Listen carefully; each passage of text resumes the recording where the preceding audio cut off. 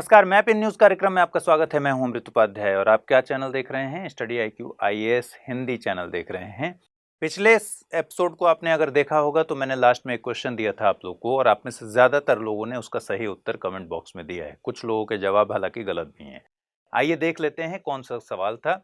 सवाल ये था कि निम्नलिखित पर विचार कीजिए। जलाशय और नदी मुल्ला पेरियार, पेरियार, इंदिरा सागर, तवा, अलमाटी, कावेरी, मेट्टूर, कृष्णा उपर्युक्त में से कितने युग्म सही सुमेलित नहीं हैं और इसी वजह से आपके सवाल गलत हुए हैं। सवाल में लिखा हुआ है कितने युग्म सही सुमेलित नहीं हैं। बहुत सारे लोगों ने सही सुमेलित वाला बताया है। ये एग्जाम में नहीं करना है, हमेशा नहीं शब्द पर ध्यान देना है, इसकी वजह से बहुत ज्यादा नुकसान होता है। आइए देख लेते हैं। मुल्ला पेरियार मैंने पिछले एपिसोड में बताया था, पेरियार नदी पर है। इंदिरा सागर, अलमाटी और मेट्टूर, इसको देख लेते हैं। देखिए, मुल्ला पेरियार के बारे में मैंने आपको बताया था कि मुल्लायार रिवर, जो कि मुल्लायार नदी पेरियार की सहायक नदी है और जब ये मिलते हैं तो इसके आगे मुल्ला पेरियार डैम बना हुआ है। तो पहला ऑप्शन तो बिल्कुल सही है कि मुल्ला पेरियार डैम पेरियार पर बना हुआ है। ठीक है, दूसरा देख लेते हैं। दूसरे में कर्नाटका में कृष्णा रिवर पर अलमाटी डैम है। कृष्णा रिवर पर कहां है अलमाटी डैम? कर्नाटका में। तो ये याद रखने वाली बात है। मेट्टूर मैंने आपको बताया था कि हेमवती, काबिनी और भाविनी, तीन मैंने बताया था लास्ट एपिसोड में कि कावेरी की सहायक नदियां हैं और इसी कावेरी पर ही बना हुआ है मेट्टूर डैम। तो ये भी याद रखने की चीज है। अब आइए इंदिरा सागर देख लेते हैं और साथ में बाकी कुछ डैम देख लेंगे। पहले क्वेश्चन सॉल्व कर लेंगे। इंदिरा सागर डैम है MP में और ये है नर्मदा पर। ठीक भाई, मुल्ला पेरियार पेरियार पर बिल्कुल ठीक है। इंदिरा सागर तवा पर ना होकर किस पर है? नर्मदा पर है। अलमाटी डैम कावेरी पर ना होकर कृष्णा पे है। कहां है? कर्नाटका में। कर्नाटका में। और मेट्टूर डैम कृष्णा पर ना होकर कावेरी पर है। तो अलमाटी का हो गया कृष्णा और मेट्टूर का हो गया कावेरी। तो ये दोनों गलत हो गए। ठीक है, लेकिन सवाल क्योंकि पूछ रहा है कितने युग्म सही सुमेलित नहीं है, तो हमें ये काउंट करना है कितने सही सुमेलित नहीं है। तो ये सही सुमेलित नहीं है, ये सही सुमेलित नहीं है और ये सही सुमेलित नहीं है। क्या आंसर होगा? केवल 3 इसका आंसर होगा। इसी वजह से बहुत सारे लोगों ने केवल 1 लिख दिया था। केवल 3 इसका आंसर होगा। आइए एक चीज और देख लेते हैं। 10 डैम देख लेते हैं, क्योंकि डैम पर सवाल पूछ चुका है UPSC। तो इस पूरे मैप पर देखते हैं कौन सा डैम कहां पर है और किस नदी पर है। नाथपा झकरी डैम हिमाचल प्रदेश में है, सतलज पर। ठीक है, सतलज पर ही भाखरा नंगल डैम है, हिमाचल प्रदेश और पंजाब। टेहरी डैम उत्तराखंड में है, भागीरथी पर। भागीरथी नदी पर है। कहां पर है? उत्तराखंड में।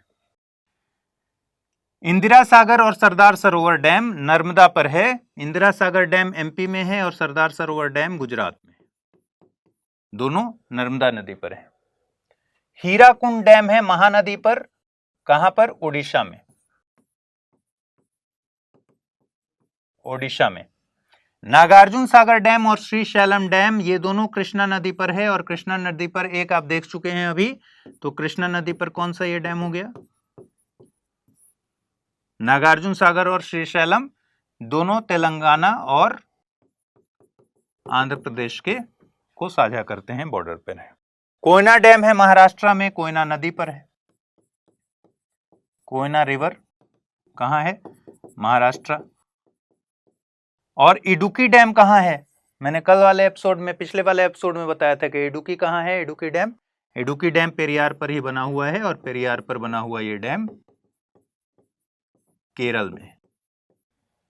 तो इसको अगर आप याद कर लेंगे तो 10 डैम हो जाएगा। आने वाले समय में हो सकता है मैं रिवर और डैम पर एक आपको एपिसोड दे दूंगा, 1-2, उससे बहुत सारी चीजें क्लियर हो जाएंगी। चलिए आगे बढ़े। सूडान में मूसलाधार बारिश के कारण बाढ़ से 77 लोगों की मौत हो गई, 14,500 के करीब घर तबाह हो गए। तो OCHA जो यूनाइटेड नेशंस ऑफिस है, कोऑर्डिनेशन ऑफ ह्यूमैनिटेरियन अफेयर्स के लिए, उसने बताया कि करीब करीब 1.25 लाख से ज्यादा लोग इसमें प्रभावित हुए हैं। 2020 में सरकार ने वहां सूडान को एक प्राकृतिक आपदा क्षेत्र घोषित किया था और देश में इमरजेंसी लागू कर दिया था 3 महीने के लिए। तो ये खबर है, इसलिए सूडान के बारे में थोड़ा जान लेते हैं। सूडान के बारे में सबसे ज्यादा जानने की क्या जरूरत है? सबसे पहले तो क्या हम जानते हैं, बाउंड्रीज जानते हैं। बड़े मैप पर अफ्रीका के देखेंगे तो सूडान, जो पिछली बार भी हमने डिस्कस किया था, सूडान ये रहा, ठीक है। अगर इसके बाउंड्रीज की बात करेंगे तो इस छोटे मैप में देख लीजिए बाउंड्रीज। सूडान के नॉर्थ में है इजिप्ट, फिर लीबिया है नॉर्थ वेस्ट में, चाड है इसके वेस्ट में, सेंट्रल अफ्रीकन रिपब्लिक है, साउथ सूडान, इथोपिया, इरिट्रिया, और यहां लगा हुआ है ये रेड सी से, ठीक है। क्या क्या हुआ? Egypt, Libya, Chad, Central African CAR, South Sudan, Ethiopia और इरिट्रिया, और अगर वाटर बॉडी की बात करें रेड सी से ये लगा हुआ है, ठीक। अब दूसरी बात, सूडान तीसरे नंबर की कंट्री है, मतलब पूरे अफ्रीकन कॉन्टिनेंट में तीसरा सबसे बड़ा देश है। उसके पहले क्या है? 1 नंबर पर अल्जीरिया है, एरिया के हिसाब से अल्जीरिया सबसे बड़ा कंट्री है। उसके बाद DRC का नंबर आता है 2 नंबर पर, फिर सूडान का नंबर आता है 4 नंबर पर, लीबिया है, ठीक है, और 5 पर है चाड। तो ये पांचों कंट्रीज जो हैं वो सबसे बड़ी कंट्रीज हैं, 5 क्रम में हैं, ठीक। चलिए अब एक और महत्वपूर्ण बात समझिए। ये जो इलाका है सूडान का, ये बहुत चर्चा में रहता है, ठीक है। इस एरिया का नाम है दारफुर। दारफुर, यहां हिंसा भी हुई थी और मैंने जब एपिसोड शुरू किए थे उसमें मैंने बताया भी था, ठीक है। वो एपिसोड इस चैनल पर नहीं है। अगर आप कहेंगे तो आने वाले कुछ जो एपिसोड्स हैं 2 या 3, वो स्टडी IQ IAS चैनल पर है, तो उसको इसी सीरीज में शामिल कर दूंगा। लेकिन उसके लिए आपको कमेंट करना पड़ेगा, कमेंट करके मुझे बताइएगा। अगर आप वो एपिसोड्स देखना चाहते हैं, एक जगह सारे का कंपाइलेशन चाहते हैं, तो मैं इसी प्लेलिस्ट में, मैप इन न्यूज़ वाले प्लेलिस्ट में संडे से उसको शुरू कर दूंगा। तो अगले 2-3 एपिसोड जो हैं वो आ जाएंगे उस तरीके से, और फिर आपका एक सीरीज तैयार हो जाएगा। लेकिन इसके लिए मुझे कमेंट करके बताइएगा कि आप ऐसा चाहते हैं कि नहीं। उसमें ये सब विस्तार से मैंने बता रखा है, ठीक है। तो ये दारफुर इलाका हो गया। दारफुर बहुत ही चर्चा में रहने वाला इलाका है, इससे सवाल पूछ सकता है। ये है साउथ कॉर्डोफन। साउथ कॉर्डोफन, ये यहीं पर एक क्षेत्र है जिसको बोलते हैं अबेई। ये जो अबेई क्षेत्र है, ये पेट्रोलियम रिजर्व यहां बहुत ज्यादा है, और इसको लेकर, अबेई क्षेत्र को लेकर साउथ सूडान और सूडान के बीच में बहुत ज्यादा कन्फ्लिक्ट होते रहता है। यहीं पर एक जगह है हेगलिग, जिसको इतिहास में इस पूरे डिस्प्यूट को हेगलिग क्राइसिस बोलते हैं। हेगलिग क्राइसिस, ठीक है, पेट्रोलियम रिजर्व वाला ये पूरा बेल्ट है। खार्तूम का महत्व आप जानते हैं। खार्तूम का महत्व जानने के लिए उस वाले मैप पे चलते हैं। पिछली बार मैंने बताया भी था कि इथोपिया में एक लेक टाना है जिससे ब्लू नील निकलती है, और ब्लू नील निकलकर खार्तूम से होते हुए आगे बढ़ती है। लेकिन खार्तूम में लेक विक्टोरिया से निकलने वाला व्हाइट नील जो है वो आके मिलती है, और ये दोनों व्हाइट नील और ब्लू नील मिलकर क्या बन जाते हैं? नील बन जाते हैं, ठीक है। और फिर ये भूमध्य सागर में नील का माउथ हो जाता है, भूमध्य सागर में ड्रेन हो जाती है। तो यहां पर एक आध और इंपॉर्टेंट बातें आपको जो समझनी पड़ेंगी वो ये कि इथोपिया ने यहां पर एक डैम का कार्यक्रम चला रखा है जिसको बोलते हैं GERD। GERD क्या है? Great Ethiopian Renaissance dam. इस पर काम चल रहा है, और काम चल रहा है 2011 से ही।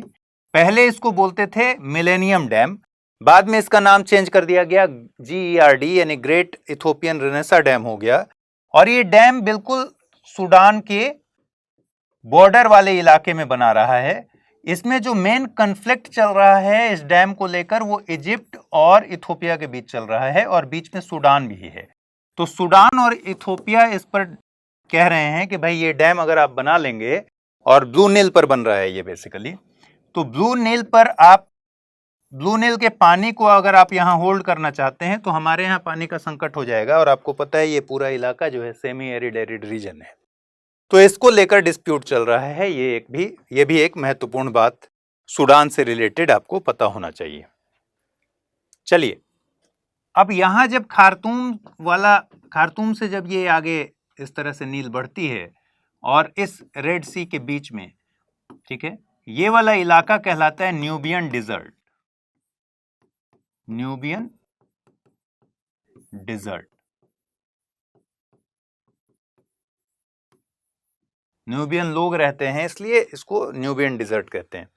अब न्यूबियन डिजर्ट के बारे में अगर आपने जान लिया है तो आपको एक और चीज जानना चाहिए, लेक नूबिया जानना चाहिए।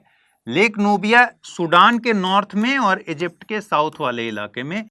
इसी को लेक नासर कहते हैं इजिप्ट में, और लेक नूबिया कहते हैं सूडान में।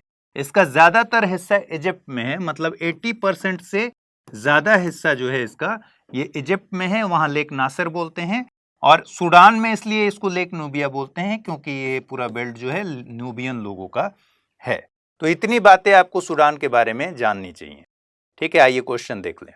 क्वेश्चन है कि निम्नलिखित युग्मों पर विचार कीजिए।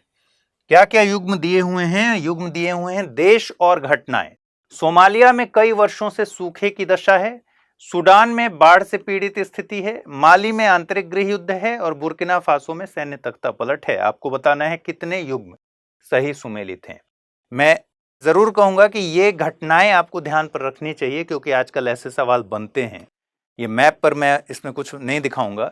आपने सूडान के बारे में जान लिया, पिछले बार हमने सोमालिया के बारे में जाना था। धीरे धीरे हम पूरे एरिया को कवर कर रहे हैं। देखिए, पिछले ही एपिसोड में मैंने बताया था, एपिसोड 3 में, अगर आपने नहीं देखा हो तो देख लीजिएगा उस प्लेलिस्ट में जाकर, news in map in news playlist में जाकर। सोमालिया में बीते 4 वर्षों में बारिश न होने के कारण लोग घर छोड़कर जा रहे हैं और अब तक 7.5 लाख लोग देश छोड़कर जा चुके हैं। माली के बारे में मैंने बताया था, गाओ रीजन में आतंकवादी हमला हुआ, 42 सैनिकों की मौत हुई और वह यहां अशांति की स्थिति है। ठीक है, और बुर्किना फासो के बारे में आज जान लीजिए। बुर्किना फासो लैंडलॉक्ड कंट्री है। इसके नॉर्थ वाले पूरे इलाके को, नॉर्थ ईस्ट से लेकर और वेस्ट तक माली ने घेर रखा है बॉर्डर। ठीक है, माली, उसके बाद आइवरी कोस्ट, तो माली हो गया और बॉर्डर में इसके आइवरी कोस्ट हो गया, घाना, टोगो, बेनिन और नाइजर, ये इसको बॉर्डर बनाते हैं। ये अब तक पिछले 1.5 साल में 5वां अफ्रीकन कंट्री है जहां सैन्य तख्ता पलट हुआ है। ये लेटेस्ट सैन्य तख्ता पलट हुआ है यहां जनवरी 2022 में ही।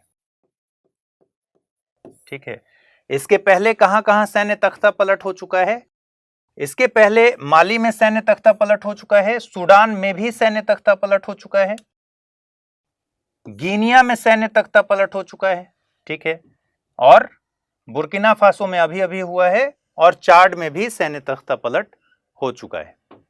ठीक, देखिए, तो सोमालिया कई वर्षों से सूखे की दशा है, बारिश ना होने के कारण। ठीक है, तो ये बिल्कुल सही है। सूडान में आपने देख लिया, बाढ़ से पीड़ित स्थिति है। माली में आंतरिक गृह युद्ध, गाओ रीजन ध्यान पे रखना है। ठीक है, बुर्किना फासो में सैन्य तख्ता पलट। कितने युग्म सही सुमेलित हैं? सभी चारों युग्म इसमें सही सुमेलित हैं। हाल ही में केन्या में राष्ट्रपति चुनाव संपन्न हुआ। 9 अगस्त को संपन्न यह चुनाव पूर्व प्रधानमंत्री रैला ओडिंगा और उपराष्ट्रपति विलियम रूटो के बीच हुआ। जब चुनाव संपन्न हो गया तो ओडिंगा ने, जो कि विपक्षी नेता हैं, इसके रिजल्ट को मानने से इनकार कर दिया और देश के कुछ हिस्सों में हिंसा हुई और विरोध प्रदर्शन हुए। केन्या के बारे में समझते हैं। सबसे पहले क्या देखते हैं हम? केन्या की बाउंड्री। ठीक है, मैंने पिछले एपिसोड में आपको बताया था, लेक विक्टोरिया होते हुए इक्वेटर इस तरीके से क्रॉस करता है केन्या और सोमालिया को।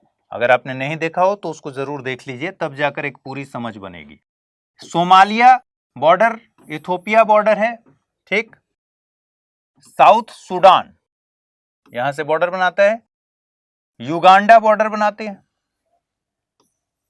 तंजानिया, यहां लेक विक्टोरिया वाला हिस्सा है ही।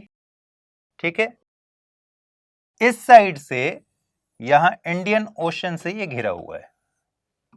ठीक है, तो क्या क्या हो गया, Somalia, Ethiopia, south Sudan, Uganda, Tanzania और इंडियन ओशन से ये घिरा हुआ है केनिया। ठीक है, केनिया में और क्या क्या चीजें जान लेनी चाहिए। केनिया में जो डिजर्ट है वो है चाल्वी डिजर्ट। माउंट केनिया यहां का हाईएस्ट पीक है, जो कि अफ्रीकन कॉन्टिनेंट का सेकंड हाईएस्ट पीक है। सेकंड हाईएस्ट पीक है। पहला कौन सा है ये बताने की जरूरत है। माउंट किलिमंजारो कहां पर है, तंजानिया में। तो फर्स्ट माउंट किलिमंजारो है और सेकंड है माउंट केनिया। ठीक है, यहीं से एक नदी निकलती है जिसको बोलते हैं टाना रिवर। अब यहां एकदम कंफ्यूज नहीं होना है। टाना रिवर निकलती है एबरडेयर नेशनल पार्क के पास से, एबरडेयर हिल्स के पास से, और इसका जो ड्रेन है कहाँ है, इंडियन ओशन में।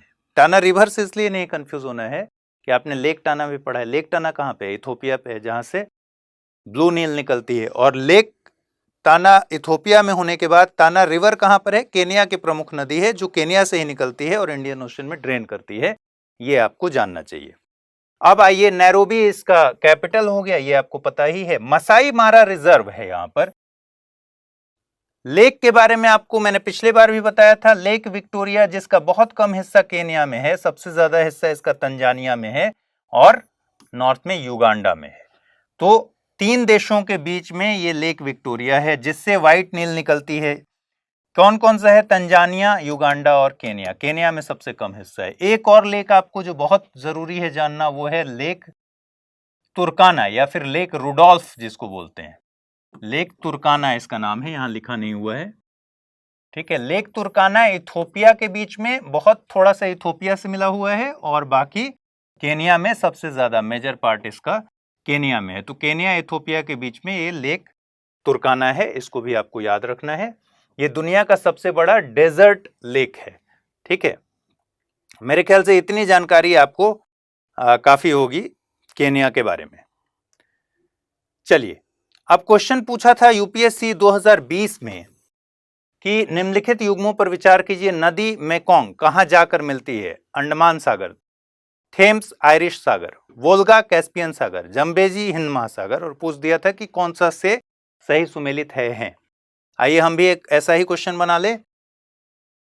नदी वोल्गा, नील, टाना, नाइपर में जाकर मिलती है काला सागर, भूमध्य सागर, हिंद महासागर, कैस्पियन सागर। उपर्युक्त युग्मों में से कौन सा या से सही सुमेलित है या है।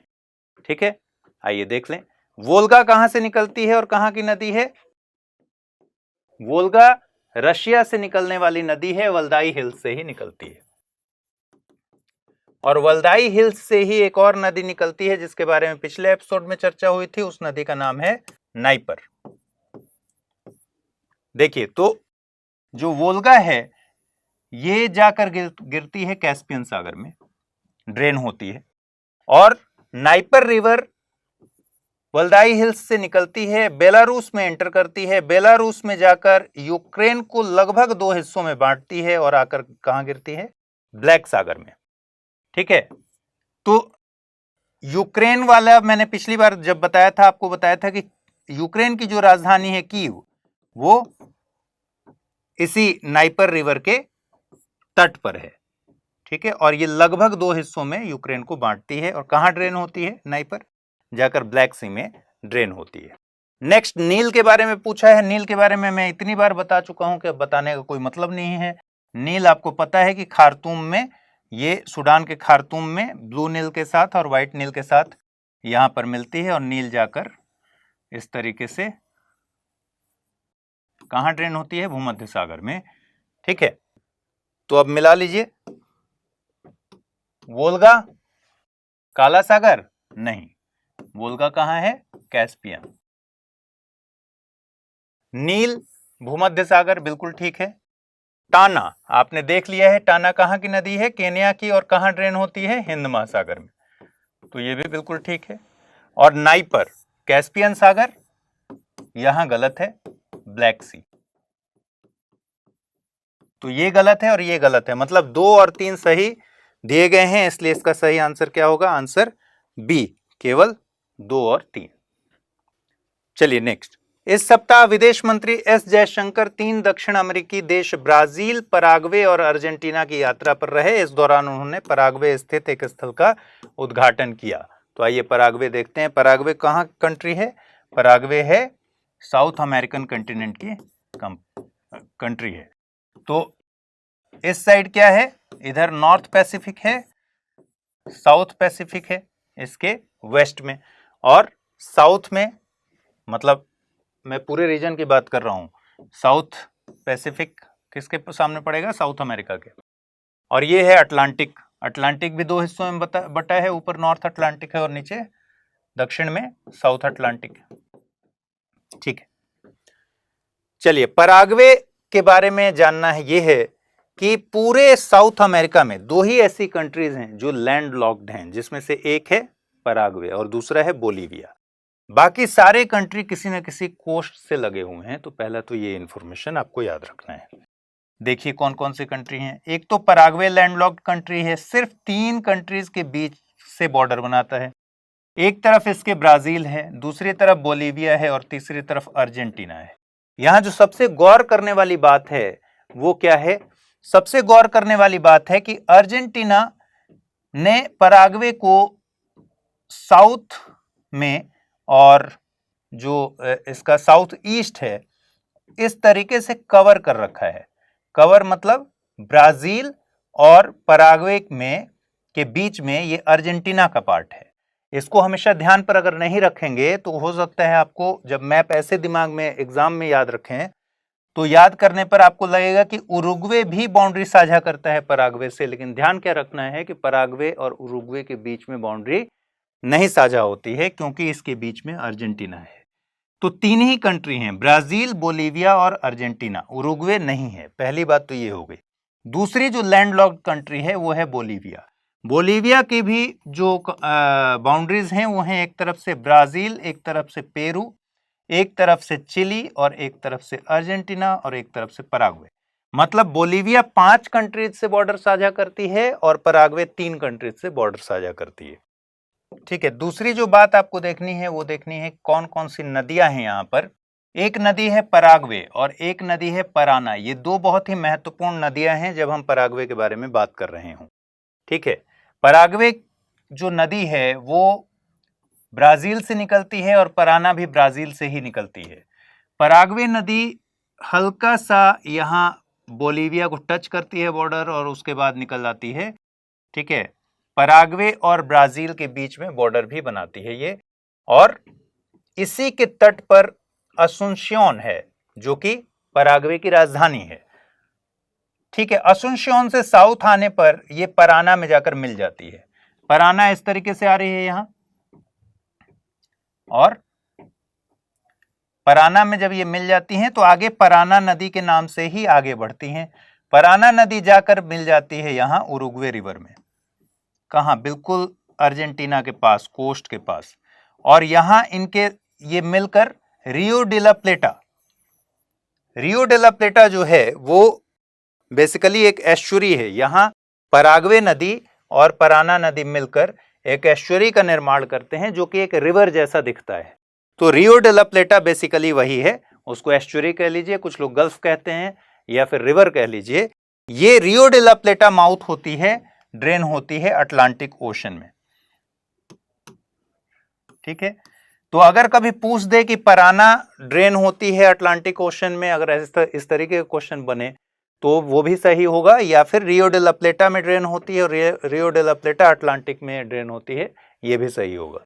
लेकिन समझ लीजिए इस पूरे को कि पराग्वे के जैसे नाइपर जो है वो यूक्रेन को 2 हिस्सों में बांटती है और यूक्रेन की राजधानी नाइपर के किनारे है एकदम, वैसे ही पराग्वे 2 हिस्सों में लगभग बांटती है। और इसमें इसकी जो राजधानी है असुंसियोन वो पराग्वे नदी पर है। पराग्वे जाकर पराना में मिलती है। पराना और उरुग्वे एकदम अर्जेंटीना के पास जाकर मिल जाते हैं, एकदम कोस्ट के पास जाकर मिल जाते हैं, उरुग्वे और अर्जेंटीना के बॉर्डर के पास। और रियो डे ला प्लेटा में मिलकर कहाँ चले जाते हैं? नॉर्थ अटलांटिक ओशन में ड्रेन हो जाते हैं। अब देखिए, निम्न में से किन राज्यों की सीमाएं ब्राजील से लगती हैं? ये क्वेश्चन पूछा गया है। इक्वाडोर, कोलंबिया, पराग्वे या फिर चिली। 4 ऑप्शन दिए गए हैं और विकल्प पूछ रहा है 1 2 3, 2 3, 2 3 4 या फिर 1 2 3 4 यानी चारों। तो ब्राजील के बॉर्डर्स देख लेते हैं। ब्राजील के बॉर्डर्स कौन कौन से हैं? 2 ही ऐसे कंट्रीज हैं जो ब्राजील से बॉर्डर साझा नहीं करते हैं पूरे साउथ अमेरिकन कॉन्टिनेंट में। कौन कौन से कंट्रीज हैं वो? पहला तो आप एकदम समझ जाएंगे कि वो चिली होना चाहिए। ठीक है, चिली जो है वो बॉर्डर साझा नहीं कर सकता है ब्राजील से। और दूसरा इक्वाडोर। बाकी आप सबको देखिए, सारे बॉर्डर साझा करते हैं। कैसे कैसे करते हैं? ऊपर नॉर्थ में देखिए, Colombia, Venezuela, Guyana, Suriname, French Guiana. एक सीक्वेंस ये बन गया इसके बॉर्डर्स का। फिर Peru, Bolivia, Paraguay, Argentina, Uruguay. तो सारे कंट्रीज इससे बॉर्डर साझा करते हैं। यहां अर्जेंटीना फिर से ध्यान पर रखना होगा कि ब्राजील से यहां बॉर्डर साझा करता है। ठीक है, और सिर्फ 2 कंट्रीज जो बॉर्डर नहीं साझा करते हैं वो इक्वाडोर है और चिली है। तो इससे आपको बात एकदम स्पष्ट हो गई होगी। देखिए, इक्वाडोर नहीं करता, चिली नहीं करता, कोलंबिया और पराग्वे करते हैं। तो 2 और 3 इसका सही आंसर है। जर्मनी में राइन नदी सूखे के कारण अपने सबसे निचले स्तर पर है। यह यूरोपीय संघ की शीर्ष अर्थव्यवस्था जर्मनी के लिए एक आर्थिक संकट है। सूखे की यह दशा यूरोप में बढ़ रही हीट वेव की घटनाओं के कारण हो रही है। तो राइन नदी को देख लीजिए। राइन नदी जो है ये निकलती है स्विस आल्प्स से। स्विस आल्प्स, स्विट्जरलैंड में आल्प्स जो है वहां से निकलती है, आल्प्स के इलाके से। और फिर यहां आपको मैंने पिछले एपिसोड में बताया था कि स्विट्जरलैंड और ऑस्ट्रेलिया के बीच में एक कंट्री है जिसको बोलते हैं लिंक्टेनस्टाइन। ठीक, तो लिंक्टेनस्टाइन और स्विस का बॉर्डर बनाती है। यहां लिख देता हूं मैं, लिंक्टेनस्टाइन। ठीक, स्विस लिंक्टेनस्टाइन का बॉर्डर बनाती है राइन नदी। फिर ऑस्ट्रिया और स्विट्जरलैंड का बॉर्डर बनाती है इस तरीके से। फिर स्विट्जरलैंड और जर्मनी का बॉर्डर बनाती है। ठीक है, फिर जर्मनी और फ्रांस का बॉर्डर बनाती है। ठीक, फिर घुसती है जर्मनी में प्रॉपर, और जर्मनी में जाकर फाइनली ये नीदरलैंड में जाती है और रॉटरडम होते हुए नॉर्थ सी में ड्रेन होती है। तो एक बार फिर से समझ लीजिए, कहां से शुरू हुआ? स्विट्जरलैंड में आल्प्स वाले इलाके से, स्विस आल्प्स से निकलती है। सबसे पहले लिंक्टेनस्टाइन के साथ बॉर्डर बनाती है स्विट्जरलैंड का। फिर ऑस्ट्रिया के साथ बॉर्डर बनाती है स्विट्जरलैंड का। फिर जर्मनी के साथ बॉर्डर बनाती है स्विट्जरलैंड का। फिर स्विट्जरलैंड को छोड़ देती है। फिर स्विट्जरलैंड को छोड़कर जर्मनी और फ्रांस के बीच बॉर्डर बनाती है। और फिर फाइनली जर्मनी में एंटर करती है। और जर्मनी में एंटर करके नीदरलैंड्स होते हुए, रॉटरडम शहर है जो, वहां से होते हुए निकल जाती है नॉर्थ सी में। ये इसका पूरा फ्लो है। ठीक है, कुछ महत्वपूर्ण जगह हैं इस पर, इसी के किनारे। बेसल, जानते हैं आप बेसल कन्वेंशंस? तो बेसल जगह जो है वो इसी के किनारे है। बॉन इसी के किनारे है, यहां पर जर्मनी में। एम्स्टर्डम इसी के किनारे है। ठीक है, तो ये सब कुछ महत्वपूर्ण जगह हैं। स्ट्रासबर्ग इसी के किनारे है। ये सब महत्वपूर्ण जगह हैं जो आपको याद रहने चाहिए। ठीक है, निम्नलिखित यूरोपीय देशों पर विचार कीजिए। Germany, France, Finland, Netherland, Spain. किन देशों की तटीय सीमाएं उत्तर सागर से लगती हैं? आइए देख लेते हैं उत्तर सागर को, क्योंकि उत्तर सागर में राइन ड्रेन करती है। तो उत्तर सागर के पूरे लोकेशन को समझिए। यह है नॉर्थ सी। हमने देखा कि नीदरलैंड से होके यहां ड्रेनेज होता है किसका? राइन का। अब देखिए, Norway, Sweden, Denmark, Germany, Netherlands, France. ठीक है, इधर इंग्लैंड और स्कॉटलैंड।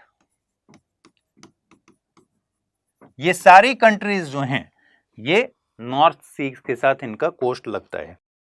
मैंने ये क्यों कहा कि इंग्लैंड और स्कॉटलैंड, मैंने यूके क्यों नहीं कहा? क्योंकि मैंने पहले भी बताया आपको कि यूनाइटेड किंगडम में 4 कंट्रीज हैं, इंग्लैंड, स्कॉटलैंड, वेल्स जो कि इसके वेस्ट में है, और नॉर्दर्न आयरलैंड, ये चारों को मिलाकर हम बोलते हैं यूनाइटेड किंगडम। ठीक है, अगर नॉर्दर्न आयरलैंड को हटा दीजिएगा तो इंग्लैंड, स्कॉटलैंड और वेल्स को मिलाकर कहेंगे ग्रेट ब्रिटेन। इसलिए जब नॉर्थ सी के तट की बात होगी तो इंग्लैंड और स्कॉटलैंड ही इसमें अपना तट साझा करते हैं। वेल्स इसके तट पर नहीं है और नॉर्दर्न आयरलैंड इसके तट पर नहीं है।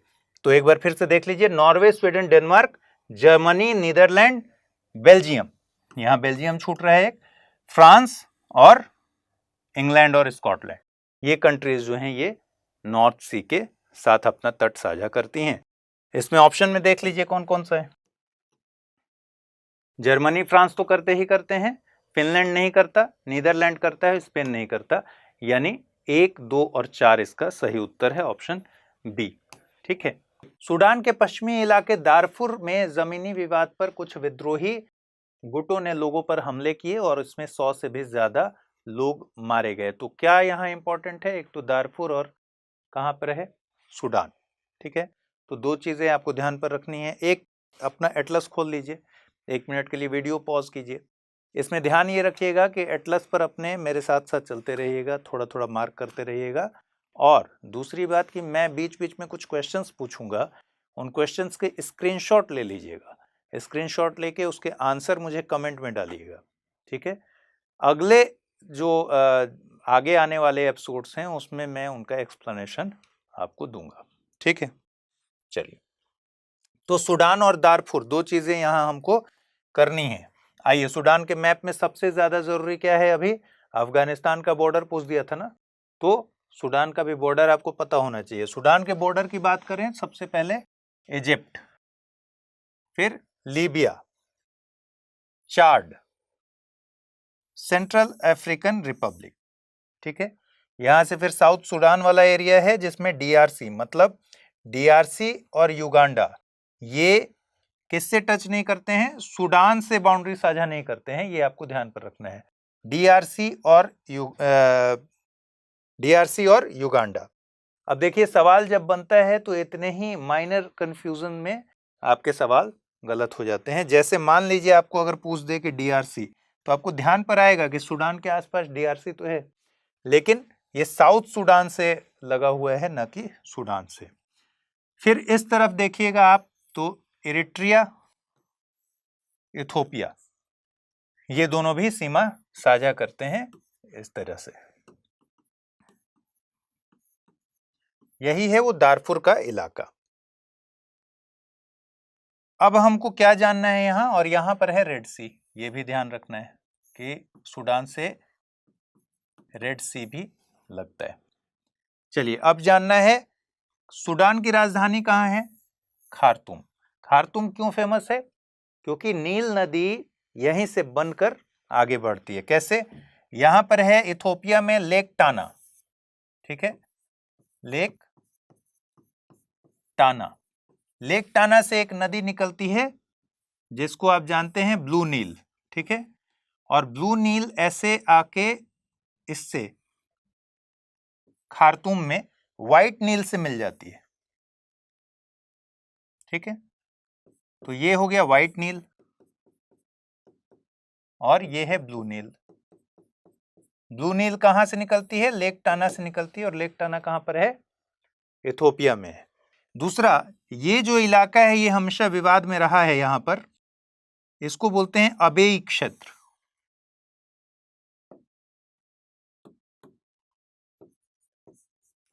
अबेई, ठीक है, क्योंकि अबेई पर साउथ सूडान भी दावा करता है और सूडान भी दावा करता है, और दोनों देशों के बीच में बहुत लंबे समय से इस पर विवाद चल रहा है। साउथ कोर्डोफन, ये भी इंपॉर्टेंट नाम है, इसको ध्यान में रखना है। इसी का सदर्न जो पार्ट है यहाँ पर अबेई क्षेत्र है, और अबेई क्षेत्र में एक ये बहुत ज्यादा ऑयल रिच क्षेत्र है। ठीक है, ऑयल रिजर्व यहाँ बहुत ज्यादा है। तो अबेई क्षेत्र जो है, बेसिकली हुआ ये कि साउथ सूडान ने यहाँ एक हेगलिक जगह है, हेगलिक को में इन्वेजन किया। ठीक है, और उस वहां भी ऑयल रिजर्व बहुत ज्यादा है, और उसको बोलते हैं हेगलिक क्राइसिस। ठीक है, हेगलिक क्राइसिस बोलते हैं। तो अबेई क्षेत्र ध्यान पे रखना है, साउथ कॉर्डोफन याद रखना है, और हेगलिक क्राइसिस भी आपको याद रखना है। ये सब सूडान से संबंधित है। खार्तूम तो आपको याद रहेगा ही। चलिए नेक्स्ट में सबसे पहले देखिए कि क्या सवाल यूपीएससी ने पूछा।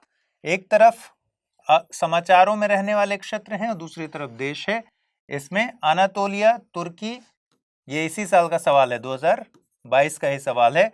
अम्हारा इथियोपिया, काबो डेलगाडो स्पेन और कालातोनिया इटली। और पूछ दिया कि कितने युग्म सही सुमेलित हैं। और जैसे ही ये युग्म वाले सवाल के साथ यूपीएससी ने इस पूरे प्रोसेस को इतना टफ कर दिया है कि आप एलिमिनेशन नहीं लगा सकते इसमें, या फिर कोई और मेथड नहीं लगा सकते। आपको चारों के बारे में जानकारी होनी चाहिए, इसलिए मैप पर आपका काम और अच्छा होना चाहिए। चलिए एक सवाल मैं आपको देता हूं, इसको आप स्क्रीनशॉट ले लीजिए और इसको सॉल्व कीजिएगा। एक तरफ चर्चा में रहने वाले स्थान है, दूसरी तरफ देश है। दारफुर माली, अफार इथोपिया, स्वात घाटी अफगानिस्तान, नाक्सिवन सीरिया। उपर्युक्त में से कौन सा या से युग्म सही सुमेलित है या है? तो इसका स्क्रीनशॉट लीजिए और इसको सॉल्व करके इसका आंसर कमेंट बॉक्स में डालिए। अगली खबर है टिग्रे क्षेत्र के बारे में। टिग्रे कहां है? इथोपिया में। इथोपिया के टिग्रे क्षेत्र में लंबे समय से गृह युद्ध चल रहा है। केनिया ने अभी हाल में मध्यस्थता की और टीपीएलएफ यानी टिग्रे पीपल्स लिबरेशन फ्रंट को शांति समझौते के लिए, शांति बहाल करने के लिए राजी कर लिया है। तो ये एक बड़ी खबर है और इस पर हमें क्या मैप वर्क करना चाहिए ये देख लेते हैं। किसकी बात हो रही है? इथोपिया की बात हो रही है। ये है इथोपिया, और इथोपिया के साथ सबसे पहले बाउंड्री देखते हैं किसका है। इरिट्रिया, ठीक है, Sudan, south Sudan, Kenya, Somalia, Djibouti. एक देश आपको लग रहा होगा मैंने छोड़ दिया है, वो है युगांडा। और आपको ध्यान यही रखना है कि युगांडा इथोपिया के साथ बाउंड्री साझा नहीं करता है। देखने से लगता है या फिर सोचने पर लगता है कि युगांडा भी बाउंड्री साझा करता है, लेकिन ऐसा है नहीं। क्या ध्यान रखना है? और जहां भी एक्सेप्शंस होते हैं, एक्सेप्शनल कहीं ऐसा दिखता है तो वहां से क्वेश्चन बन जाते हैं। तो सबसे पहले आपको ध्यान पे रखना है ये कि ये है हॉर्न ऑफ अफ्रीका, ठीक है। हॉर्न ऑफ अफ्रीका में कौन कौन से कंट्रीज हैं? इरिट्रिया, जिबूती, सोमालिया और इथोपिया। तो ये तो हॉर्न ऑफ अफ्रीका अगर आपको ध्यान पर रहा तो इस तरफ के सारे बाउंड्रीज ऐसे ध्यान पे रहेंगे। और इस तरफ सूडान, साउथ सूडान, ठीक है, नॉर्थ में सूडान है, साउथ सूडान तो है ही, और फिर यहां केनिया। तो बस इतना ही आपको याद रखना है। यहां पर भी एक बात ध्यान पे रखनी है कि ये लैंडलॉक्ड है, ठीक है। इथोपिया जो है लैंडलॉक्ड कंट्री है। देखने से ऐसा लगता है कि ये पोर्शन रेड सी से लगता होगा, लेकिन ये इरिट्रिया का पोर्शन है, ना कि इथोपिया का पोर्शन है। तो ये भी एक बात आपको ध्यान पे रखनी है। चलिए नेक्स्ट। अब ये है टिग्रे का एरिया, जो नदन पूरे उत्तर में है। नॉर्थ वाला जो इलाका है वो है टिग्रे। टिग्रे के साथ अम्हारा और अफार, ये आपको ध्यान पे रखना है। अम्हारा पहुंच चुका है। आदिश अबाबा, ये हो गया इसकी राजधानी। और एक एरिया है सोमाली, जो कि सोमालिया नहीं है, ठीक है, ये इसके अंदर है सोमाली। और सोमालिया एक अलग से कंट्री भी है, ठीक है। तो सोमाली और सोमालिया का डिफरेंस आपको याद रखना है। एक और इसमें इंपॉर्टेंट बात है, इस लेक का नाम है लेक तुर्काना। लेक तुर्काना। अब लेक तुर्काना जो है ये वर्ल्ड की, दुनिया की सबसे बड़ी डेजर्ट लेक है और केनियन रिफ्ट वैली में बहती है।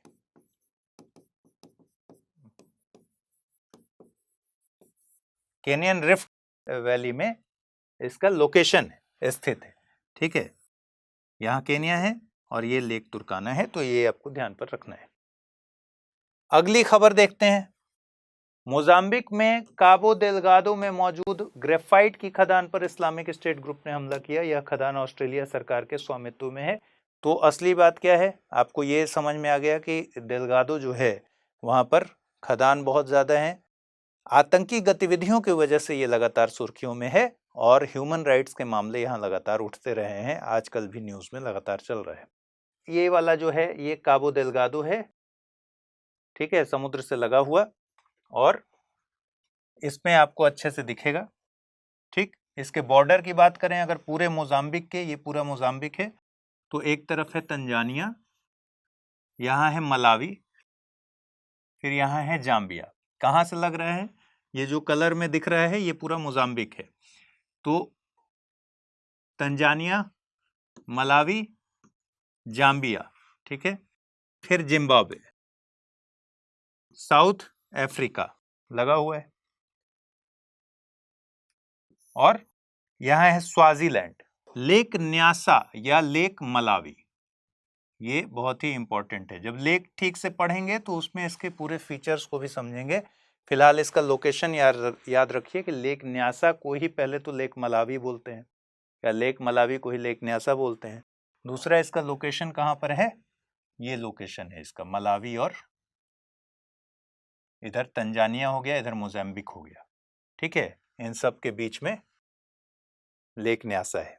एक नदी आपको इंपॉर्टेंट लगेगी जो वो है लिम्पोपो। लिम्पोपो का फ्लो यहाँ से है मोजाम्बिक में, इस तरीके से निकलती है। और लिम्पोपो की खासियत क्या है, हर बार आपने पढ़ा होगा, 2 बार मकर रेखा को काटती है।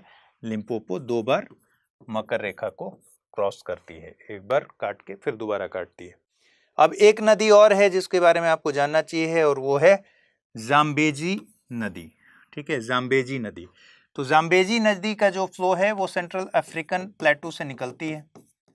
ठीक है, सेंट्रल अफ्रीकन प्लेटू से निकलती कहाँ से है, जाम्बिया से। यहाँ देखने में लग रहा होगा डीआरसी, लेकिन डीआरसी नहीं है, यहाँ से निकलती है जाम्बिया से। जाम्बिया से निकलकर घुसती है अंगोला में, और अंगोला से फिर से जाम्बिया में इन कर जाती है।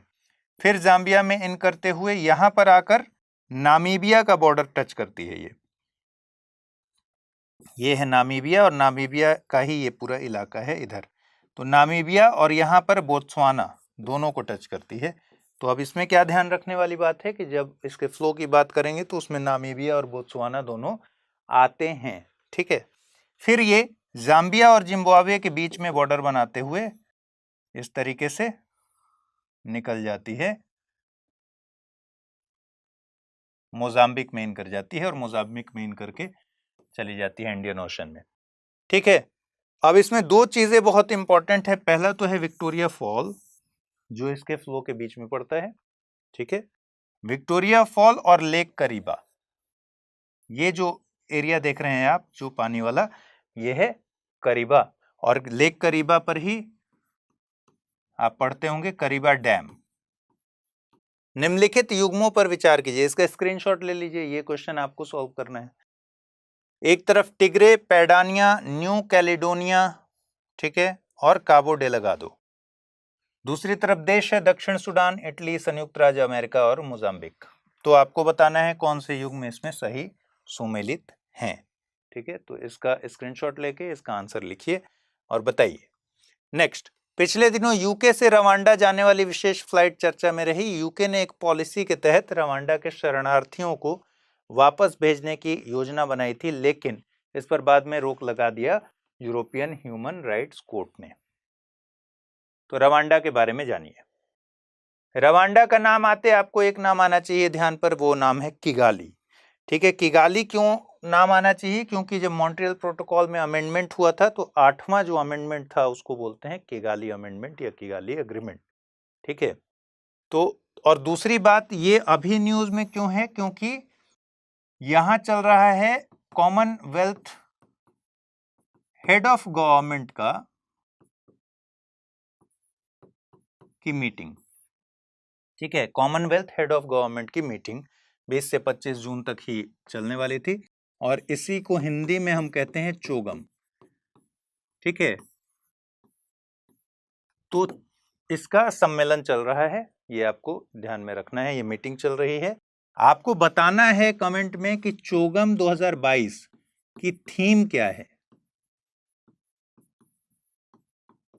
तो कमेंट में बताइए कि थीम क्या है, किगाली क्यों अभी चर्चा में है। हालांकि अभी हम रवांडा के बारे में बात कर रहे हैं। रवांडा के जब आप देखेंगे बाउंड्रीज, तो एक तो है युगांडा, दूसरा है डीआरसी, बुरुंडी और तंजानिया।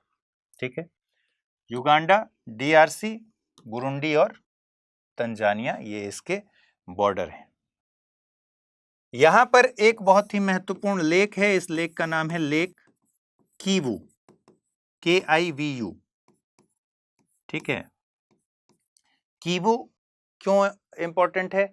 मई 2021 में नियरागोंगो का नाम आपने सुना होगा, इरप्शन हुआ था, जिसकी वजह से बहुत सारे लोग मारे गए थे, करीब 32 या 35 लोग मारे गए थे।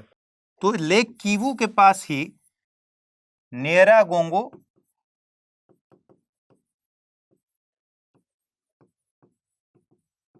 इरप्शन हुआ था। ठीक है, वोल्केनिक इरप्शन हुआ था नियरागोंगो, तो ये लेक कीवू के पास है। और दूसरा एक इंपॉर्टेंट यहां पर लेक आपको दिखेगा, जो है लेक तंगानिका। लेक तंगानिका, ठीक है, तंगानिका। तो दो इंपॉर्टेंट हो गए। रवांडा जब याद कीजिए तो युगांडा हो गया, डीआरसी हो गया, बुरुंडी हो गया, तंजानिया हो गया। दो लेक याद कर लीजिए, लेक कीवू और लेक तंगानिका। कीवू के पास नेरागोंगो हो गया, इरप्शन, इस वजह से भी इंपॉर्टेंट है। और कीवी दिख रहा है आपको, कीवू किसके किसके बीच है? रवांडा और डीआरसी के बीच में कीवू का एरिया है।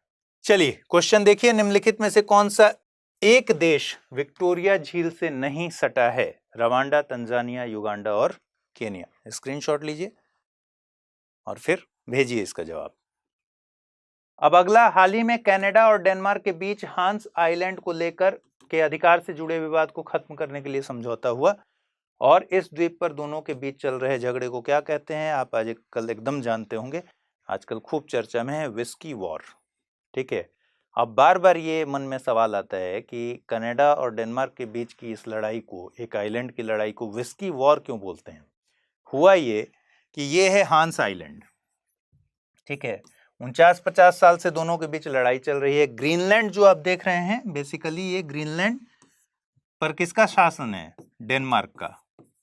मैप में आप देखते होंगे ना, जहां भी ग्रीनलैंड लिखा होगा वहां ब्रैकेट में डेनमार्क लिखा होगा, तो डेनमार्क का शासन है यहाँ पर। और कनाडा इसको अपना आइलैंड बताता है और ये इसको अपना बताता है।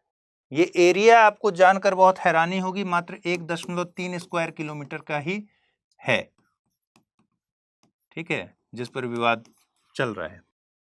हुआ ये कि हांस आइलैंड जो है, यहाँ पर कनाडा के सिपाही गए, सैनिक गए, और उन्होंने प्रोवोक किया डेनमार्क वालों को, एक झंडा लगाया और वहां एक विस्की की बोतल रख दी अंदर। ठीक है, गाड़ दिया जमीन में, और वो सिंबल हो गया कि भाई ये अब कैनेडियन जगह है। ठीक है, प्लेस है। डेनमार्क वाले लोग गए, वहां के एक मिनिस्टर गए, उन्होंने वो झंडा हटाया, डेनमार्क का झंडा लगा दिया, और साथ में अपने यहाँ का एक लिकर, कोपेनहेगन का लिकर एक डाल दिया। अब ये लिकर की लड़ाई चल रही है, तो विस्की वॉर इसीलिए इसका नाम पड़ गया कि ये सिंबल जो यूज हो रहे थे ना अपने अपने दावे के, वो बेसिकली विस्की का बॉटल था। ठीक है, बॉटल थी, तो इसलिए इसका नाम हो गया विस्की वॉर। और हांस आइलैंड, और अब क्योंकि हांस आइलैंड बहुत चर्चा में है, तो हमको जानना चाहिए कि आर्कटिक ओशन के बारे में, आर्कटिक सर्किल के बारे में, और सबसे ज्यादा जानने की जरूरत है आपको कि कौन कौन से इस पूरे सर्किल में, आर्कटिक रीजन में कौन कौन से सी आते हैं और कौन कौन से देश आते हैं। ईस्ट साइबेरियन सी से शुरू करते हैं और क्लॉकवाइज आगे बढ़ते हैं। ईस्ट साइबेरियन सी, फिर लाप्तेव सी, कारा सी, बेरेंट्स सी, और पहुंच जाइए नॉर्वेजियन सी। तो देखिए, आधा हमने क्रॉस कर लिया, घड़ी में मान लीजिए यहाँ 12 बज रहा हो तो 6 बजे तक पहुंचने में हमको कितने सी याद रखने हैं? 1 2 3 4 5। कौन कौन से हैं? ईस्ट साइबेरियन सी, ऐसे ही घड़ी बना लीजिएगा। घड़ी में 12 छोड़ के 1 में लिख दीजिएगा ईस्ट साइबेरियन सी, 2 में लिख दीजिएगा लाप्तेव सी, 3 में लिख दीजिएगा कारा सी, 4 में लिख दीजिएगा बेरेंट सी और 5 में लिख दीजिएगा नॉर्वेजियन सी। और यहाँ 12 वाला ये छूटा हुआ है, आप देखिएगा तो ये पूरा घड़ी का शेप मिल जाएगा।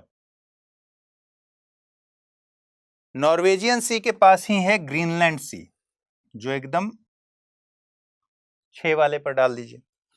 फिर उसके बाद ग्रीनलैंड सी के बाद है बैफिन बे। बैफिन बे किसके किसके बीच में है? ग्रीनलैंड और कनाडा, इसलिए बैफिन बे के बारे में जानना बहुत जरूरी है क्योंकि इन्हीं दोनों का तो विवाद चल रहा है। यहीं पे डेविस स्ट्रेट है जो बैफिन बे को जोड़ता है किससे?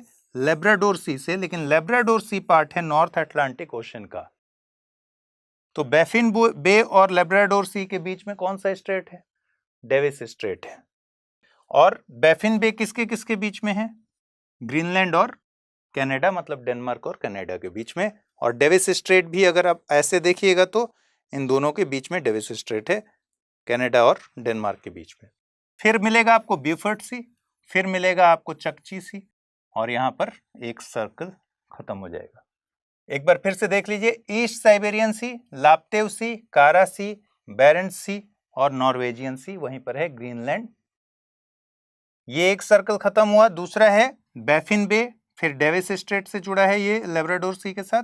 उसके बाद ब्यूफर्ट सी, चकची सी। यहाँ एक बात ध्यान रखिएगा, यहाँ है बेरिंग सी, जो कि बेरिंग स्ट्रेट के जरिए जुड़ा हुआ है चकची सी के साथ। तो बेरिंग स्ट्रेट किसके किसके बीच में है? चकची सी और बेरिंग सी के बीच में।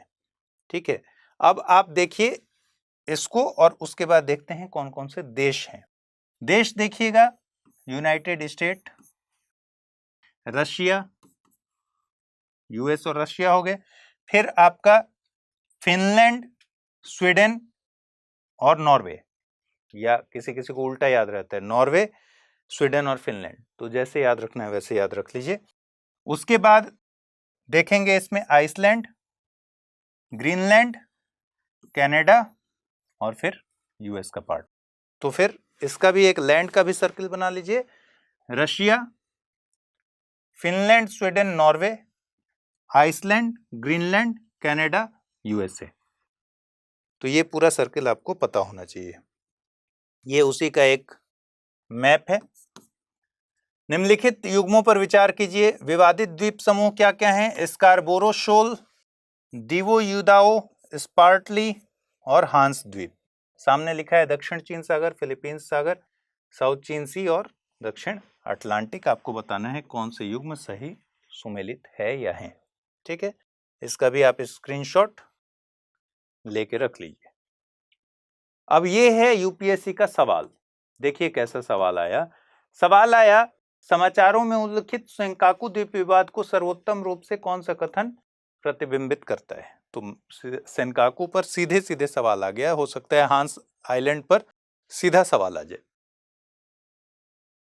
चलिए क्या कह रहे हैं? दक्षिणी चीन सागर के आसपास किसी देश द्वारा निर्मित कृत्रिम द्वीप हैं। चीन और जापान के बीच पूर्वी चीन सागर में इन दो द्वीपों के विषय में समुद्री विवाद होता रहता है। वहां ताइवान को अपनी रक्षा क्षमताओं को बढ़ाने में मदद करने के लिए एक स्थायी अमेरिकी सैन्य अड्डा स्थापित किया गया है। यद्यपि अंतर्राष्ट्रीय न्यायालय ने उन्हें अस्वामिक भूमि घोषित किया गया है, without owner, land without owner, तथापि कुछ दक्षिण पूर्वी एशियाई देश उन पर दावा करते हैं। तो आपको ये बताना है सेंकाकू के बारे में, और ऐसे ही सवाल हांस आइलैंड के बारे में आ जाए तो कोई बड़ी बात नहीं। अगला है, वेस्ट बैंक में हुए एक इजरायली ऑपरेशन में कुछ फिलिस्तीनियों की मौत हो गई। इजराइल हमेशा सुर्खियों में रहता है, और इजराइल का मैप तो आप ऐसे आपको याद होना चाहिए। देखिए इजराइल में पहले जानिए, मेडिटेरियन सी से इस तरीके से इजराइल घिरा हुआ है। एक तरफ यहाँ है गल्फ ऑफ अक्काबा, अक्काबा की खाड़ी, और यहाँ पर है डेड सी, मृत सागर। तो 3 वाटरलैंड तो आपको हर हाल में याद रहना चाहिए, मेडिटेरियन सी, अक्काबा की खाड़ी और डेड सी। बॉर्डर की बात जब हम कर रहे हैं तो फिर यहाँ है लेबनान, सीरिया, ठीक है, और जॉर्डन, इधर हो गया इजिप्ट। ठीक, तो इजिप्ट एक तरफ से ये पूरा ही कवर करता है, यहां से फिर मेडिटेरियन सी कवर करता है इसको। तो लेबनान, सीरिया, जॉर्डन और इधर आ गया इजिप्ट, ये है पूरा इसका border area, Mediterranean Sea, Gulf of Aqaba और डेड सी। इसके भीतर अंदर में है सी ऑफ गैलीली। ठीक है, यहां पर गोलन हाइट्स है जिस पर सवाल बनाया जा चुका है, गोलन हाइट्स पर इजराइल ने कब्जा कर लिया था। वेस्ट बैंक पर ये सब सवाल बनते हैं। कुछ कुछ अगर आप याद रखना चाहें जगहें तो वो भी याद रखिए, जैसे ये गाजा है, आपको पता होगा। तेल अवीव, यहां पर हैफा है, हैफा बहुत ही सुर्खी में रहता है। चलिए नेक्स्ट, प्रायः खबरों में रहने वाले नेजेव, वेस्ट बैंक, लिवेंट और तेल अवीव का संबंध निम्नलिखित में से किस क्षेत्र से है? मध्य एशिया, पूर्व एशिया, पश्चिम एशिया और उत्तर अफ्रीका। ये आपका सवाल है, इसको स्क्रीनशॉट कर लीजिए और इसका जवाब दीजिए। अंटार्कटिका क्षेत्र में पिछले दिनों माइक्रो प्लास्टिक पाई गई। अंटार्कटिका क्षेत्र में आने वाले रॉस सागर से सैंपल लिए गए थे, रॉस सी से, और उसमें पाया गया कि माइक्रो प्लास्टिक के नमूने पुष्ट होते हैं। सही है। ठीक, सदर्न ओशन में आपको अंटार्कटिका वाले पूरे हिस्से में एक तो रॉस सी आपको पता होना चाहिए क्योंकि रॉस सी से ही सैंपल लिया गया। रॉस सी के पास ही है रॉस आइस शेल्फ जो कि होगा ही। उसके बाद कुछ सी और जानिए, वेडल सी, उसके बाद है बेलिंगशॉसन, बेलिंगशॉसन सी, अमंडसन सी और डेविस सी। इतने सी आपको याद रहने चाहिए, बहुत ज्यादा है भी नहीं। वेडल, बेलिंगशॉसन, अमंडसन और रॉस, इतना आप याद रखिए तो इतना अपने आप में पर्याप्त है। अब एक सवाल, यह सागरीय क्षेत्र दुनिया का सबसे बड़ा मरीन रिजर्व क्षेत्र है। लगभग 2 मिलियन स्क्वायर मील में फैले इस समुद्री क्षेत्र पर मानवीय हस्तक्षेप निम्न रहा है, इसी कारण इसे कभी कभी लास्ट ओशन भी कहते हैं। अंटार्कटिका क्षेत्र में विस्तृत इस समुद्र के पोषण युक्त जल के कारण यह बड़े स्तर पर क्रिल्स के लिए आवास उपलब्ध कराता है। यह समुद्री क्षेत्र कौन सा है? वेडल, डेविस, रॉस या फिर तिमोर? आपको इसका जवाब देना है, तो आप स्क्रीनशॉट ले लीजिए इसका। तंजानिया में सरकार और मसाई समुदाय के बीच जमीन के इस्तेमाल को लेकर विवाद बढ़ गया है। मसाई केन्या और तंजानिया में रहने वाले कौन है? समुदाय है एक जो कि चरवाहा समुदाय है। तो मसाई के बारे में भी आपको जानकारी होनी चाहिए। चलिए तंजानिया को समझ लेते हैं। यह है तंजानिया का मैप और तंजानिया को एक तरफ से घेर रखा है केन्या ने। युगांडा, रवांडा और बुरुंडी, 3 ये हो गए। इधर है डीआरसी, ये है जाम्बिया, मलावी और मोजाम्बिक, और इस तरफ है इंडियन ओशन। केन्या यहां के बाद 3 एक साथ याद रखिए, युगांडा, रवांडा, बुरुंडी। केन्या के बाद युगांडा, रवांडा, बुरुंडी, फिर डीआरसी और फिर जाम्बिया, मलावी, मोजाम्बिक। इन तीनों को एक साथ याद रखिए, जाम्बिया, मोजाम्बिक और मलावी और मोजाम्बिक को। यहां पर कुछ कुछ द्वीप हैं जैसे जंजीबार जो कि स्पाइस के लिए बहुत ज्यादा फेमस है। जंजीबार स्पाइस में क्लोव यहां बहुत होता है, बाकी ब्लैक पेपर वगैरह बहुत होता है। और जंजीबार में एक और खबर ये आई थी अभी कि सुनील गावस्कर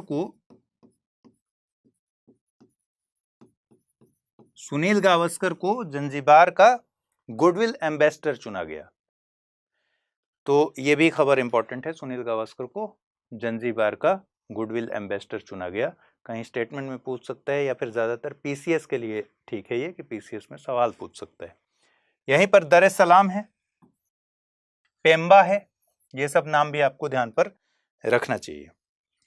इसकी राजधानी है डोडोमा, तंजानिया की राजधानी है डोडोमा। लेक न्यासा या लेक मलावी आपको पता ही है ये वाला, और लेक तंगानिका ये भी आपको पता है। ये सारा आप पढ़ चुके हैं, तो धीरे धीरे अपने मैप पर इसको लोकेट कीजिएगा तो बहुत सारी चीजें आपको फिर से रिकॉल होंगी। क्वेश्चन देख लेते हैं। निम्नलिखित युग्मों पर विचार कीजिए। एक तरफ जनजाति या समुदाय हैं, किर्गिज, माओरी, मसाई और पिग्मी। दूसरी तरफ रहने वाला इलाका है मध्य एशियाई स्टेपीज, बोर्नियो द्वीप समूह, अमेज़न बेसिन या फिर ओकावांगो बेसिन। और कह रहा है कि कौन से युग्म सही सुमेलित हैं, तो इसको ले लीजिए आप स्क्रीनशॉट। चलिए, तो ये जो सवाल मैंने अभी आपको बताए हैं, इसको आपको ठीक से सॉल्व करना है, अपने से इस पर काम करना है। और तभी बार बार जब आप थोड़ा रोज 10 मिनट भी अगर काम करेंगे तो आपको मैप्स याद होने लगेंगे, तो वही एग्जाम में काम आता है। क्योंकि कोई भी एग्जैक्ट सवाल तो आने वाला होता नहीं, लेकिन वो ट्रैक पकड़कर, ट्रेंड पकड़कर आप समझ सकते हैं कि यूपीएससी कैसे सवाल बना रहा है। सवाल हमने आपसे पूछा था कि चर्चा में रहने वाले स्थान हैं दारफुर, अफार, स्वात घाटी, नाक्सीवन, और देश हैं माली, इथोपिया, अफगानिस्तान और सीरिया। और क्वेश्चन ये है कि ये कौन से सही सुमेलित हैं, मतलब ठीक ठाक, इसका ठीक ठीक पेयर लगा हुआ है। इंग्लिश में भी आप क्वेश्चन का स्क्रीनशॉट ले सकते हैं, पिछली बार इंग्लिश में स्लाइड्स नहीं थे। तो अब एक एक करके देख लेते हैं। दारफुर कहां पर है, अफार कहां पर है, स्वात वैली कहां पर है और नाक्शीवन कहां पे है। सबसे पहले देखिए, दारफुर ये है। दारफुर बेसिकली सूडान का जो वेस्टर्न हिस्सा है वो दारफुर है, और दारफुर हमेशा खबरों में बना हुआ है, इसलिए आपको जानना चाहिए। इसके अलावा खार्तूम के बारे में आपको पता है, मैंने बताया था खार्तूम में व्हाइट नील और ब्लू नील मिलकर नील नदी हो जाती है, ठीक है। और ब्लू नील कहां से निकलता है, इथोपिया में लेक टाना से, ठीक। तो पहला ऑप्शन क्या है, दारफुर माली में ना होकर दारफुर है सूडान में। अफार इथोपिया, इथोपिया में 3 जगह हमने डिस्कस की थी, टिग्रे, अम्हारा, अफार। एक और जगह याद रखिए, ओरोमिया, जो अभी फिर न्यूज में है, इस पर हम न्यूज आगे देखेंगे। अदिस अबाबा जानते हैं आप। तो दूसरा ऑप्शन बिल्कुल सही है, इथोपिया, अफार। स्वात वैली अफगानिस्तान, स्वात वैली ये वाला हिस्सा है, जो येलो वाला हिस्सा है, ठीक है। स्वात नदी के नाम पर इसका, ऑब्वियसली स्वात नदी का पूरा इलाका है, तो स्वात नदी के नाम पर स्वात वैली कहते हैं इसको। स्वात नदी का जिक्र ऋग्वेद में है, और ऋग्वेद में इसको कहते हैं सुवासु,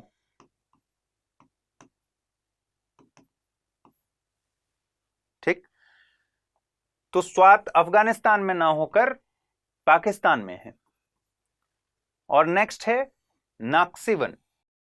नाक्सीवन जो है वो अजरबैजान का यहां एक्सक्लेव है। अजरबैजान और आर्मेनिया के बीच तनातनी चलते रहती है।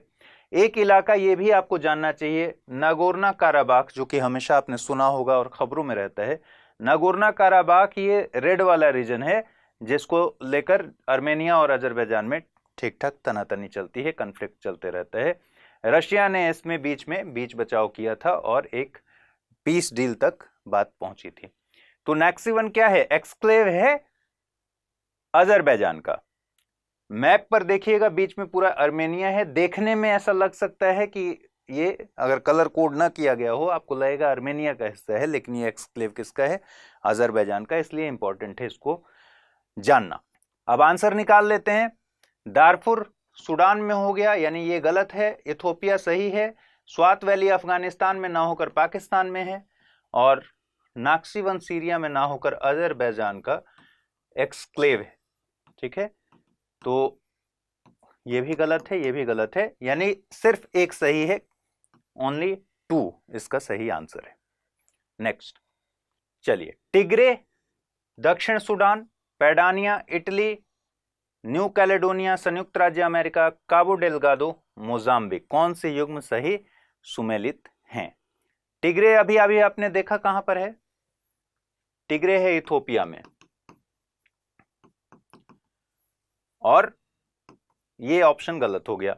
पैडानिया इटली अभी हम देख लेंगे। न्यू कैलेडोनिया, या देखते चलते हैं, आइए। क्वेश्चन हमने क्यों बनाया, क्योंकि 2018 में क्वेश्चन आया था, Catalonia Spain, Crimea Hungary, Mindanao Philippines, Oromia Nigeria. और इन सारे नामों को पढ़कर आप समझ पा रहे होंगे कि क्वेश्चन बनाया क्यों गया था। ये सारे रीजन्स जो हैं बहुत ज्यादा चर्चा में थे, ठीक है, कैटलोनिया उस समय बहुत ज्यादा चर्चा में था, क्रीमिया उस समय बहुत ज्यादा चर्चा में था। ठीक, तो देखिए टिग्रे के बारे में क्वेश्चन पूछा है, और टिग्रे तो हम लोग कई बार देख चुके हैं कि इथोपिया का जो नॉर्थ वाला इलाका है ये टिग्रे है। इसके साथ दो नाम और हम याद रखते हैं, अम्हारा और यहां पर अफार। यहीं पर है अफार ट्रायंगल, ठीक है, अफार ट्रायंगल भी इंपॉर्टेंट है। इसके अलावा ओरोमिया याद रखना है, अदिस अबेबा याद रखना है। ठीक, नेक्स्ट कह रहा है पैडोनिया। ठीक है, अब अगला कह रहा है पैडोनिया कहां पर है, पैडोनिया को भी आपको जानकारी होनी चाहिए। पैडोनिया ये वाला है, पैडेनिया बेसिकली है, और पैडेनिया इटली का जो नॉर्थ वाला हिस्सा है ये पैडेनिया रीजन है। ठीक है, ये इटली है। ठीक, तो बेसिकली ये जो मार्क किया हुआ इलाका है ये सारे वो इलाके हैं जहां अलग होने के लिए, सेपरेट होने के लिए मूवमेंट चल रहे हैं। तो इसलिए ये पूरे इलाकों को जानना जरूरी है। सेपरेट होने के लिए कौन कौन से मूवमेंट चल रहे हैं आइए बताता हूं। सबसे पहले जानिए फैरो आइलैंड्स, डेनमार्क। ठीक है, डेनमार्क से अलग होने का यहां चल रहा है। स्कॉटलैंड चाहता है कि ब्रिटेन से अलग हो जाए। स्कॉटलैंड, वेल्स और इंग्लैंड को मिलाकर क्या कहते हैं, ब्रिटेन कहते हैं, ये आपको पता होगा। और स्कॉटलैंड, वेल्स और इंग्लैंड यानी ब्रिटेन प्लस अगर नॉर्थ आयरलैंड को मिला देंगे तो क्या कहते हैं, यूके कहते हैं। तो स्कॉटलैंड चाहता है कि वो ब्रिटेन से अलग हो जाए, और इस पोर्शन में क्या हो रहा है, यहां आंदोलन चल रहा है।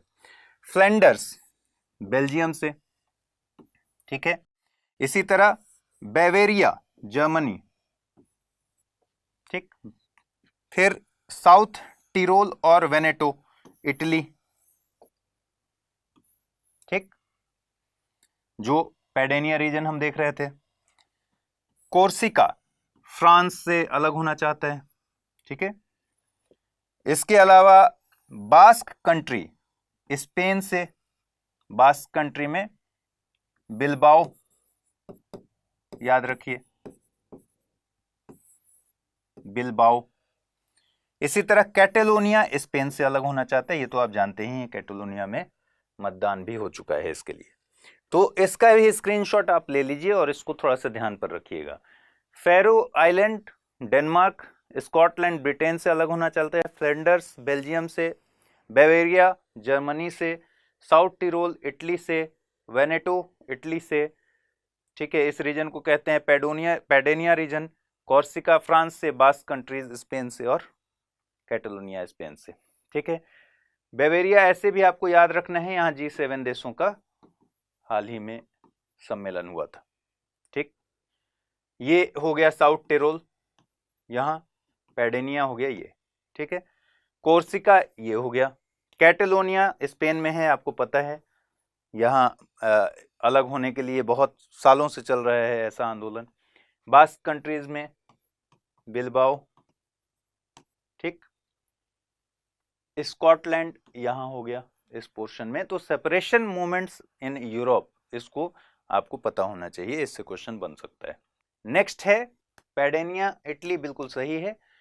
New Caledonia, new Caledonia USA, ये भी गलत है, ये है न्यू कैलेडोनिया ऑस्ट्रेलिया से नॉर्थ ईस्ट, ठीक है, न्यू कैलेडोनिया का पार्ट है, तो ये संयुक्त राज्य अमेरिका नहीं है।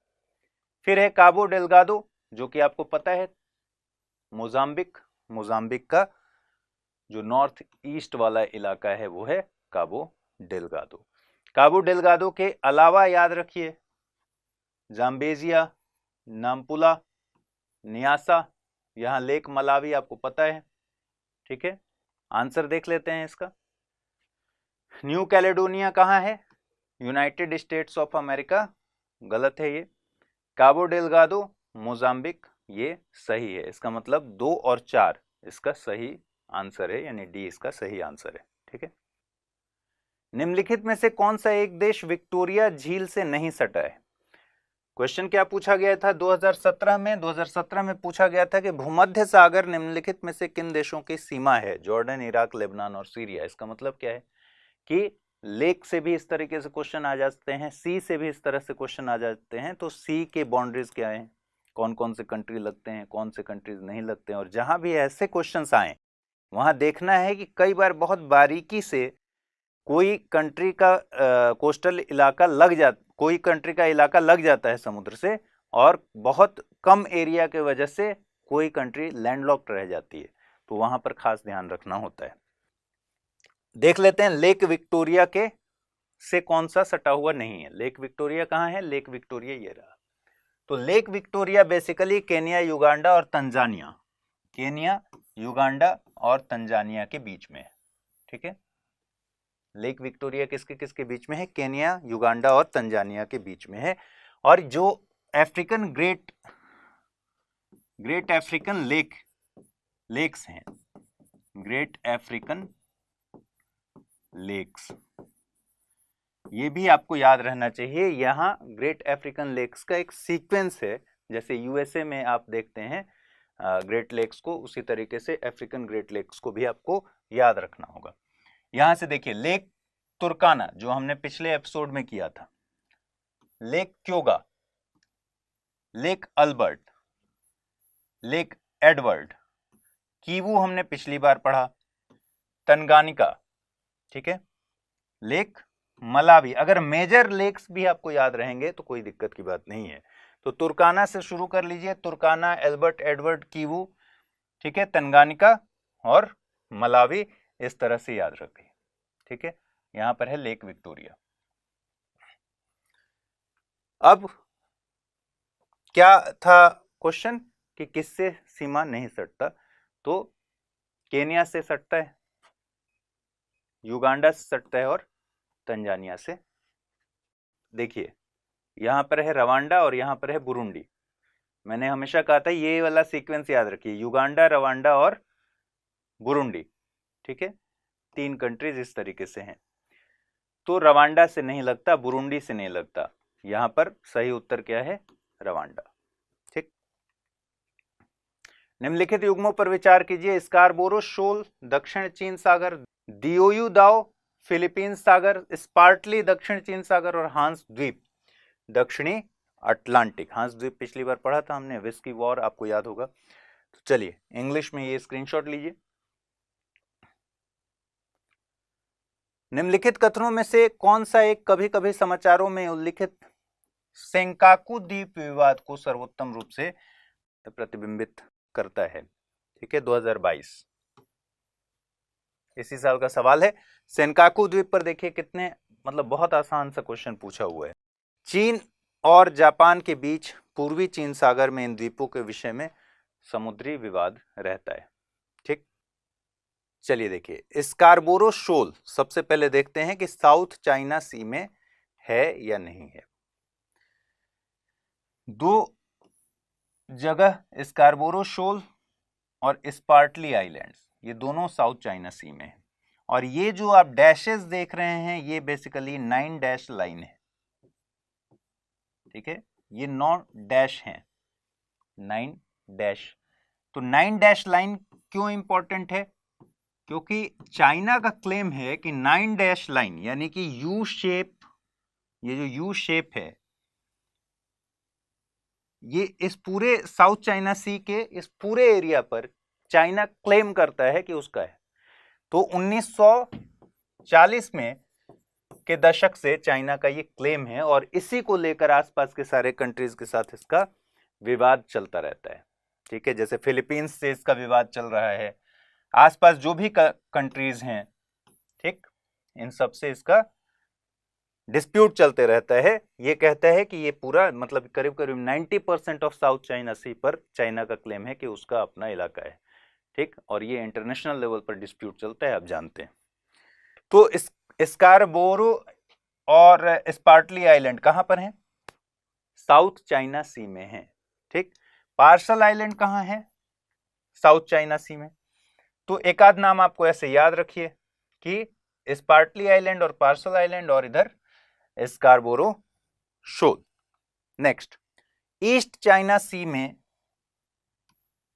सेनकाकू आइलैंड है।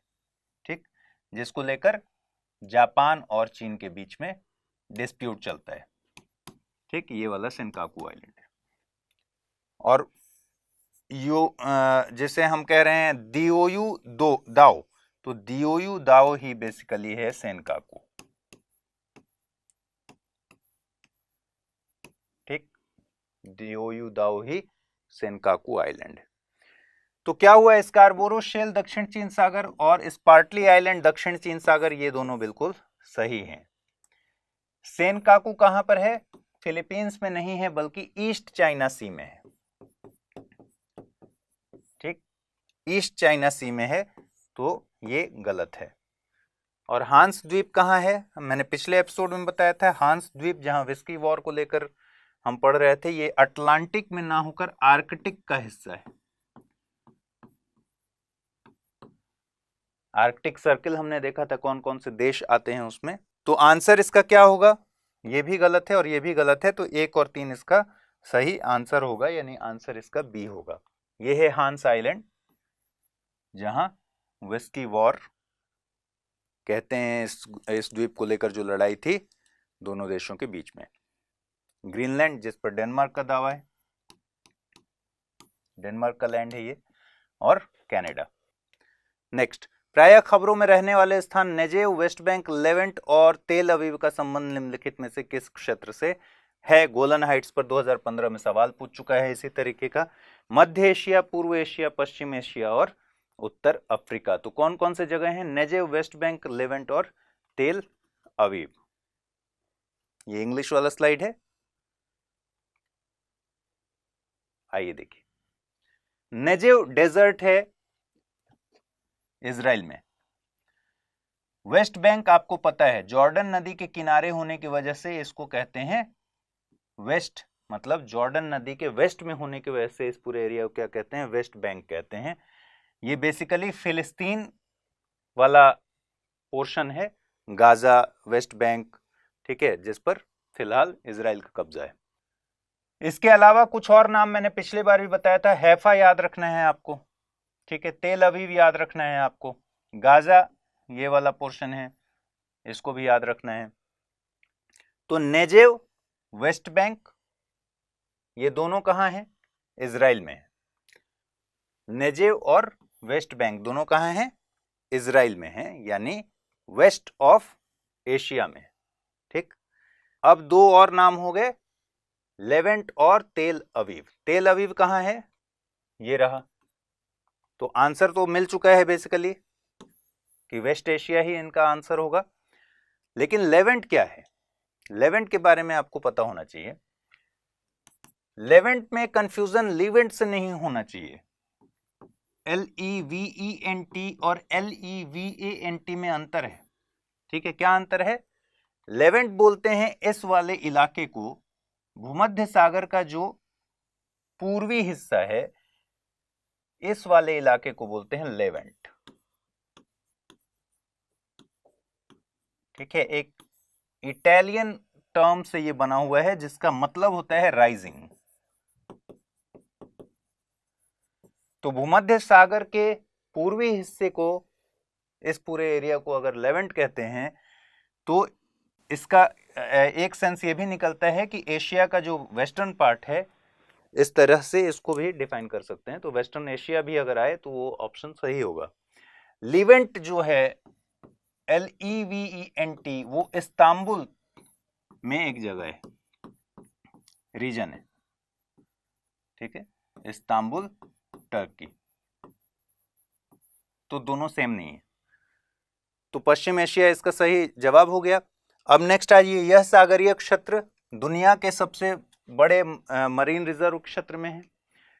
लगभग 2 मिलियन स्क्वायर मील में फैले इस समुद्री क्षेत्र पर मानवीय हस्तक्षेप निम्न रहा है और कभी कभी इसे लास्ट ओशन कहते हैं। अंटार्कटिका क्षेत्र में विस्तृत इस समुद्र के पोषण युक्त जल के कारण यह क्रिल्स के लिए आवास उपलब्ध कराता है। ये पूरा स्टेटमेंट, इसमें कुछ बताना नहीं है, ये रॉस सागर के बारे में ही पूरा स्टेटमेंट है। रॉस सागर के लिए ही ये क्वेश्चन बना हुआ है। ठीक है, रॉस सागर हमने पहले भी देखा था। यहाँ रॉस आइस शेल्फ है, ये रॉस सी है, और सदर्न ओशन में हमने कुछ जगहों को देखा था, जैसे कुछ सी को देखा था, डेविस सी, ठीक है, Weddell sea, Larsen ice shelf, Ross ice shelf, ठीक है, अमंडसन सी यहां पर है, विकिंस आइस शेल्फ हो गया, ठीक है, और बेलिंगशॉसन सी। तो ये मैं पिछले में पढ़ा चुका हूं और क्वेश्चन का आंसर क्या है, रॉस आइलैंड है। नेक्स्ट, खिरगिज, यहां जनजाति और समुदाय दिया हुआ, खिरगिज, माओरी, मसाई और पिग्मी, और सामने लिखा हुआ है मध्य एशियाई स्टेपीज, बोर्नियो द्वीप समूह, ठीक है, अमेजोन बेसिन या फिर ओकवांगो बेसिन, कौन से सही सुमेलित हैं। इंग्लिश में ये रहा, देखिए, चलिए तो स्क्रीनशॉट ले लिया होगा आपने, अब इसको डील करते हैं। खिरगिज, सेंट्रल एशियन स्टेपीज, ये स्टेटमेंट बिल्कुल ठीक है।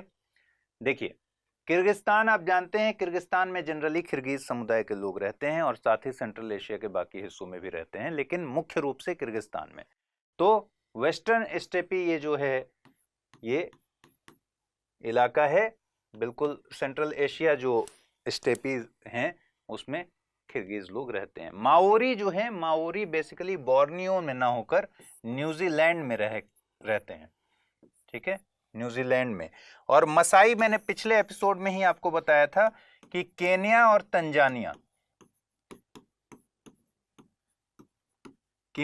तंजानिया में चरवाहा समुदाय है, मसाई समुदाय। पिग्मी कॉन्गो, ओक्वांगो में ना होकर कॉन्गो बेसिन में रहते हैं, तो ये भी गलत है, ओनली वन इसका सही आंसर, ठीक है।